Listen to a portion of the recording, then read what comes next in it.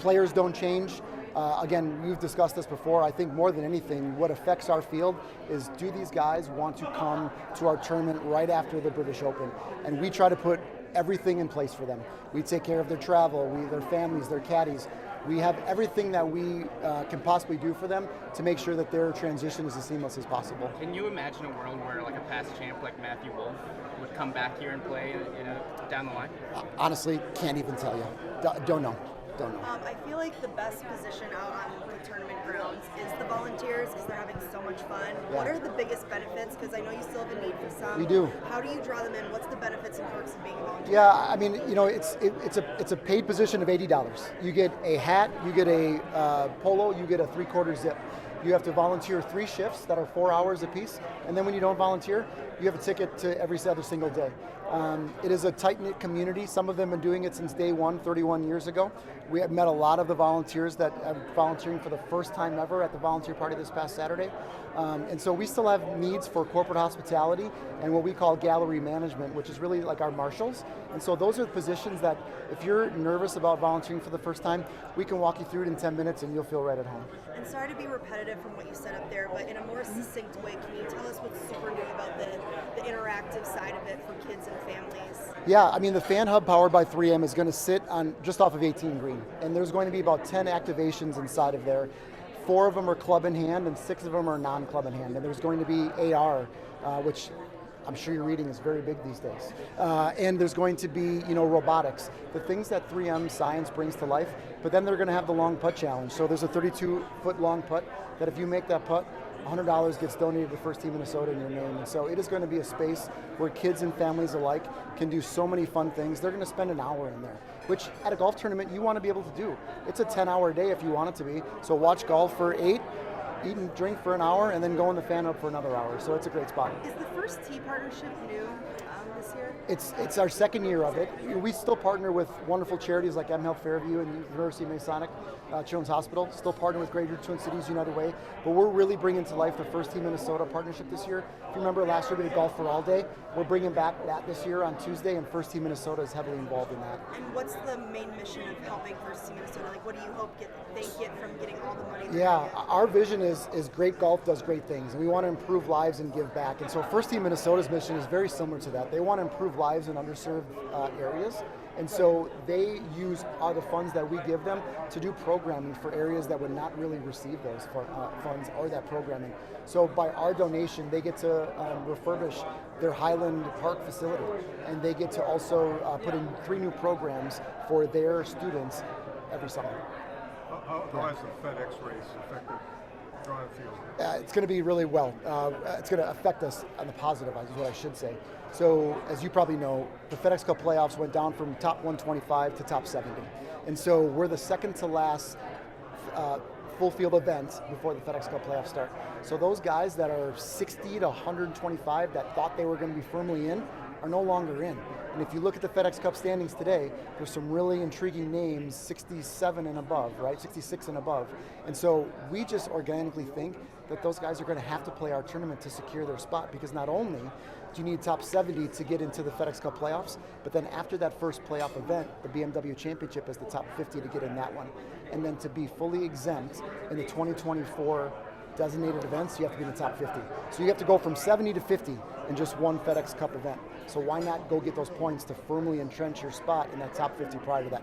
That's where tournaments like the 3M Open come in. This past couple of years, you saw a lot of guys with 116, 110, 130. All here, you'll see that go down to 70, go down to 75 and 65, because right after us is the Wyndham Championship, which is the last event. And a lot of these guys don't want to play that last event leading into the FedEx Cup playoffs. So we just truly believe that we're in a great spot. Play the British Open, see how you do there, come play 3M Open, get into the field, rest, and then go play the FedEx Cup playoffs. Still got the plane coming? We do not this year. We do not. That jet fuel gets pretty expensive, Jerry. You've had pretty consistent fields and pretty consistent fan attendance the first couple years of this event. Obviously you want it to be Minnesota's golf event in December. Why do you think that is? Why do we have the fans are here? Oh my gosh! I mean, I talked about it. Just the fans. the fans, if you're a core golf fan, you're going to come no matter what. It's then, are we attracting those event seekers? Are we attracting the families and kids? And hopefully what I've communicated around what we're adding out there on the course, Jeff, is going to lend those families and those fans to come. From a field perspective, I highlighted it already. If you have a family here, and Tony talked about this a lot, we have bounce houses out there. We have dinners every night for your caddies and players. There's not a lot of tournaments that pull out those extra stops. We know that until we build 89 years of equity like the WMPO, that we got to keep doing that so that they circle this event. It's a tough spot in the schedule. Tony talked about the jet lag, right? You come from England to here, you're tired.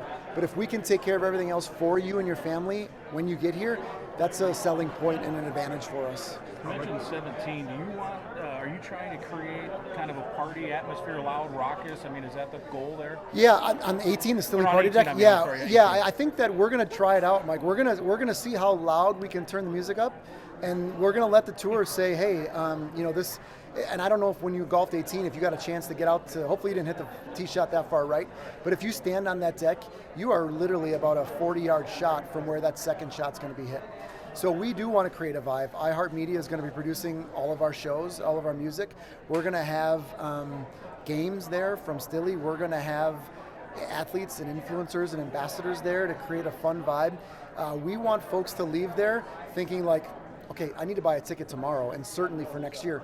There's room to expand that space over there. We want to be a little modest in year one, but we really do think that this is going to be the place to be. And then where do we take that on the front nine?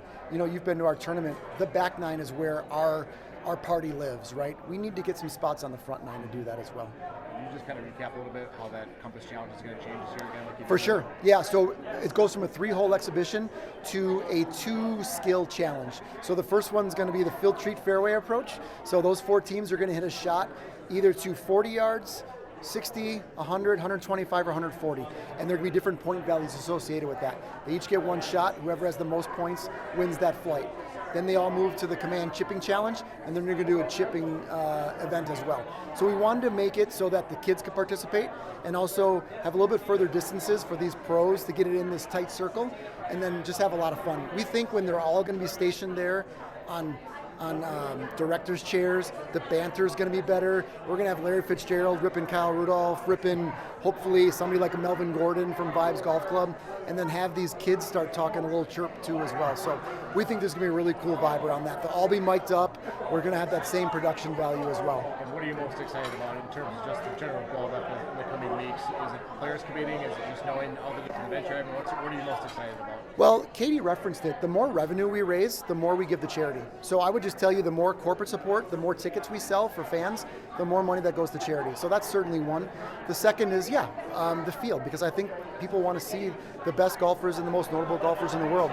So we're excited to get these commitments as these events happen and these players finish where they finish, and they look at themselves in the standings and say, I got to go play the 3M Open. It's a great golf course. You guys know today with the wind like that, we're not going to see 24 under or whatever won this past week, right? Can you quantify how much it helps the selling?